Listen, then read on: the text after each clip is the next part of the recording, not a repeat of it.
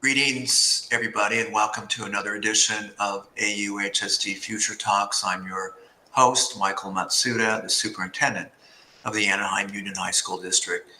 And as all of our 7,000 plus podcast listeners know, that this show is dedicated to the future of education for young people across America.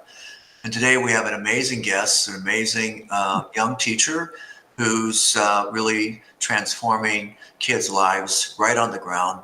And his name is Jason Collar. Jason, welcome to our show. Hello, thanks for having me. So as we always start with, what is your own personal driver? Jason, how did you arrive in teaching? I know this is not your first career. And let's hear a little bit about your story. All right. Well, while I was earning my undergrad bachelor's in history, I've been in the service industry, restaurant, hospitality. I've been a bartender pretty much ever since, I was able to be a bartender at 21, but I've been in the service industry since I was 16. And that got me through college. I earned my bachelor's degree, then I furthered my studies at grad school. I got a master's degree in history, and I continued my education there, and I earned my single subject credential in social science. And again, all throughout my journey through school, I stayed within the service industry, but then I tried other careers because I wasn't really sure what I wanted to do. I just had a big passion for history and just learning stories from around the world, traditions, cultures, religions, and how they're all everybody kind of has that one common bond of just being human. And so those stories fascinate me. And then while I was in the service industry, it's like I wanted to think about, all right, maybe I want to try a different career. So I became a satellite technician, did some manual labor, hands-on. I've tried, sales, just to get a feel of what it's like to be in different industries. But once I got my single subject, I found my passion in education. And I did a couple long-term year-long assignments at the high school level. And just being able to connect with the future, generation of workers and prepare them. That's where I found my calling, and that's why I don't even consider this a job. So here I am, and I know we're going to be talking about some cool things that are happening, but it's at the end of the day, it's working for the students, so that's why I continue to do what I do. Yeah, you've had an amazing story in terms of your career, because in my opinion, once you became a teacher, decided that this was for you, you got noticed by principals, by fellow teachers, and by the district, by us, for your enthusiasm and your ability to innovate. In fact, you're the first teacher in America to teach a Minecraft elective course at South Junior High. Could you tell us a little bit about that? And, people might push back on something like that because it's Minecraft. But why Minecraft, and why has that become so popular? It's actually a pretty funny story. At the end of it, the proof is in the pudding, right? That's the saying, and it's the students. Well, it's working for the students, and the work they show for it is amazing. But what's really funny is Minecraft. I grew up. I know video games, but when Minecraft came around, that wasn't part of my. That's not my thing. I never really understood Minecraft. I saw it as just mindless, crafting, gaming. There, honestly, I didn't see a purpose to it, but I understood that it was very popular. It didn't connect with me, and so I never saw value in it. And I was teaching a lesson in world history about Mesoamerica, and we were coming up to our summative assessment. I wanted students to, demonstrate what they've learned by creating something, and we're going to do a hands-on craft where they create, Chichen Itza. And I, jokingly said, hey, if anybody out here plays Minecraft, you're welcome to recreate these civilizations in Minecraft. Just make sure you're able to explain your thought process through it. And then I found that there's Minecraft education. So there's a whole another sector of Minecraft where it uses the same model as the popular game that you'd find on, consoles and the PC, but it's dedicated and built for educators so that you have more control. There's as a teacher, I can control the learning space, and it becomes a digital classroom, and ultimately you can create this meta space. And so I started learning more. I reached out. I started taking PD on my own just because I wanted to be well versed in what I was bringing to the classroom. And mind you, this was in my history classroom. And I found that through a simple turnkey, assessment prompt, we could turn any unit of history into an awesome, digital creation from the students' minds.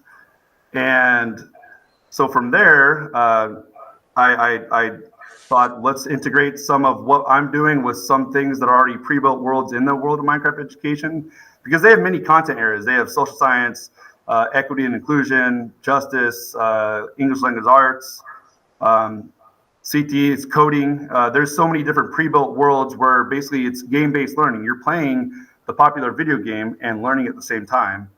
But it could also be a tool where you create. So I synthesized some of what I was doing with what they had, and we created this course, Game-Based Learning with Minecraft Education, and it's taught at 2 of our sites within the district, and the results they're phenomenal, and it just keeps getting better. So I could just say I went down a rabbit hole and I haven't come out. What really first exposed me to Minecraft, not only my son playing it, but during the pandemic, we challenged our teachers to come up with a performance assessment, a district-wide performance assessment that asked students to begin to make sense of this crazy upside-down world. And we knew a lot of kids were depressed and separated and anxious at that time at the height of the pandemic. And we had an amazing outpouring of creation. And the top students there were 4, so it was kind of a collaborative effort. They created an alternative world in Minecraft. And they talked about how scary the pandemic was and just being isolated, but yet being able through Minecraft to come together and create their own world and meet people and all this great stuff that and make new friends through this creative process. So I thought that was really amazing. And so here comes this young teacher from South Junior High that says, okay, I want to teach an elective here. So I think it's incredible. Like you said, there are really very exciting outcomes in terms of participation and grades and those things. But you've taken it to a different level. And I want to first ask, I'm going to ask a question that I'm sure you get all the time, because why should we spend taxpayers' dollars on a class, on a game, but also arguably that has addictive qualities? Well, similar to what I had to do is I had to shift my lens, my view of this as a video game, and see it as a learning tool. And that's exactly what it is. It's capitalizing on students' interests. It is that carrot for them. That's that gateway into the learning environment. And it's my answer to that solution. How do we engage our kids, and how do we use what they love, whether it's in school or outside of school, to create purposeful work? And for what I would say, that it's engineering software. So it's software that's blueprint. You're creating a blueprint for good, whatever that content may be that you want students to create. They are now creating a visual of what they're seeing in their mind, right? And that is exactly it. For example, community schools. I am the community school teacher lead here at South, and it's a new role. It's a role that was being defined, within the first couple of years. So I wanted to see what my students had to say, and I gave them a research slide deck, researched the assets in your community, researched clubs here at South, What are some programs we offer families here at South? So they had to really, do the research on their own. That's the academic, and then they create their ideal community school with those resources they found or that they wish they had. And then using their voice, they use a screencast, and they walk me through their thought process of what they built, why they built it, and why it's essential to building their ideal community school. And so where I could take that as the teacher lead or just as the adult or the teacher, I could see this is authentic, this is what my students want. Now I could take that, how can I make it a reality for them? And if I can, I will.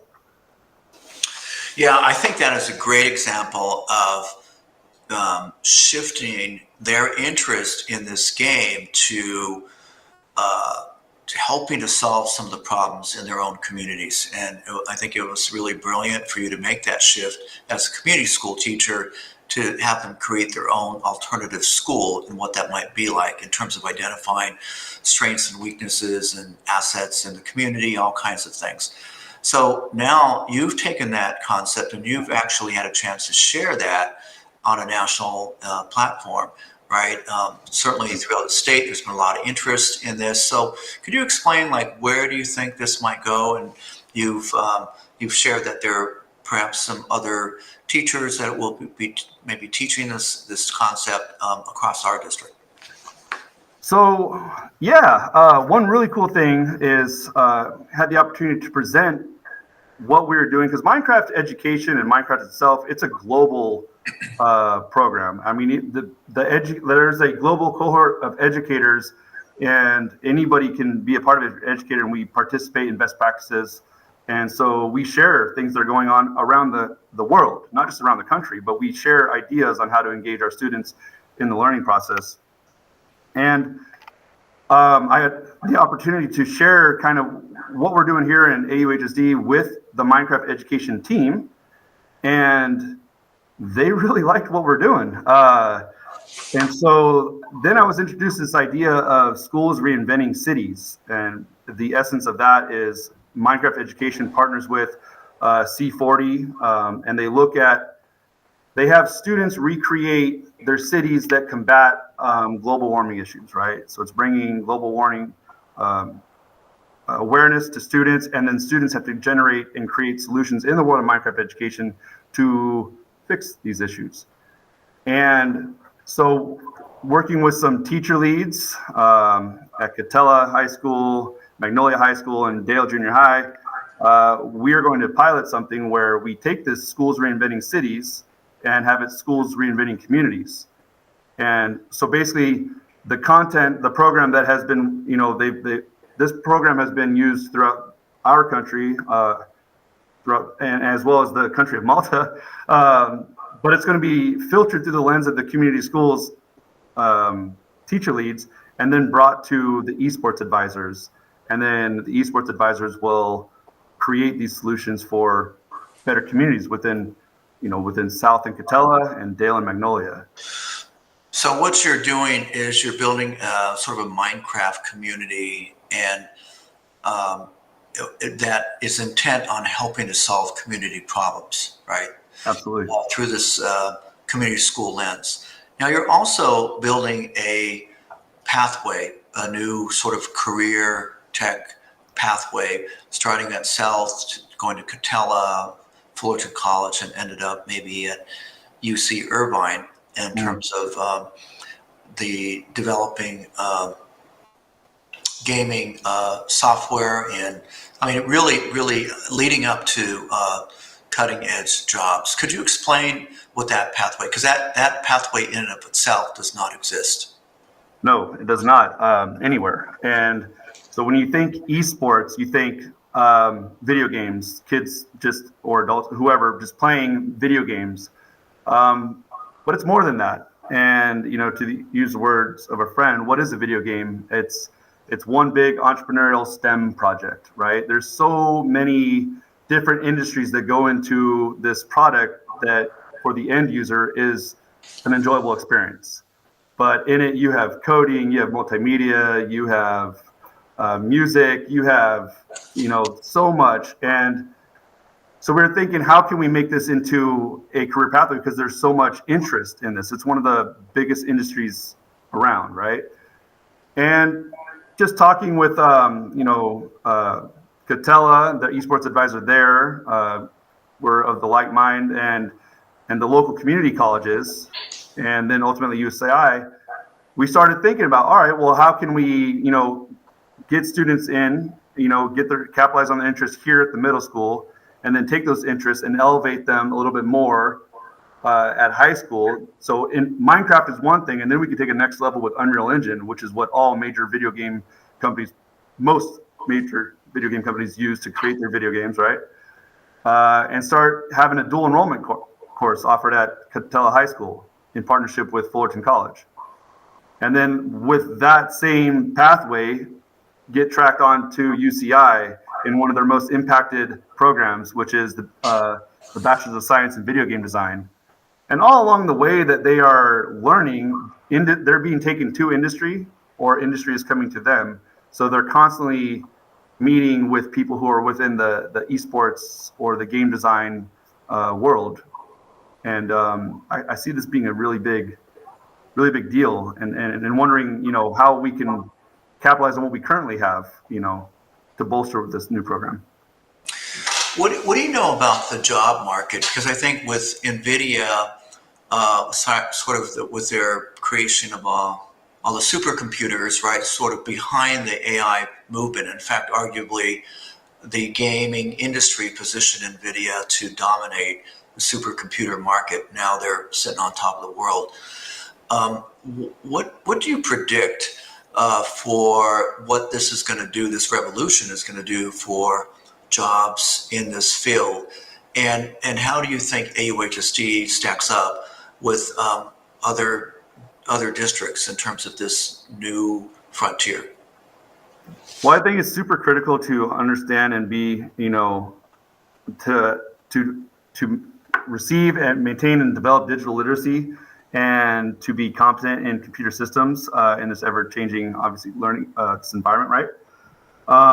And I could say what we currently offer, the opportunities we offer for our students is unmatched. And I genuinely mean that, because if a student has a bright idea and it aligns, right, there is opportunity, a way to make that happen. And that's what I know that's what we believe in is, allowing students to realize that their voice matters.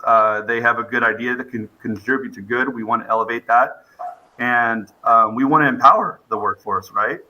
So with this specific pathway, I think it's important because there's going to be, hopefully, I hope there's not going to be a gap in the workforce, but preparing young people for jobs that currently require, degrees, which is important, but it's really hard to get a job with somewhere like NVIDIA or Microsoft that is high paying right out of graduation, right? But through this pathway, you can get certifications, such as a certification in Unity, which is game design. And again, developing that networking skill within this pathway could give our students a leg up, with the competition, with getting in companies like these. Well, we're just about out of time, Jason. Really appreciate this time with you. Are there any other things you want to share with the audience regarding some of the exciting things that you're doing? Well, as it relates to Minecraft, I would like to say that if anybody is willing to try it, or they're like, well, it might be too hard, trust your students. That's what I did, and I found, and I'm only speaking for myself, but I really found a lot of joy in that, with students co-designing the lessons with me, because they're the experts. They are the experts with this Minecraft world, and I don't know, I don't know how else to say it, because then you create this environment where it's connected. And I'm not saying, Minecraft is the one size fits all, but it is something worth trying, and it's worth exploring. And if you have a question, can it be done? The answer is yes. There's a workaround within this world of Minecraft. And then again, it really prepares students for this digital age, right?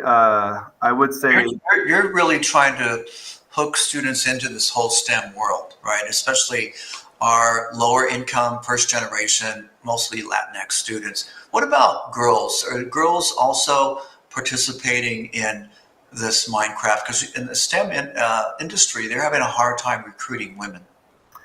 yes, absolutely.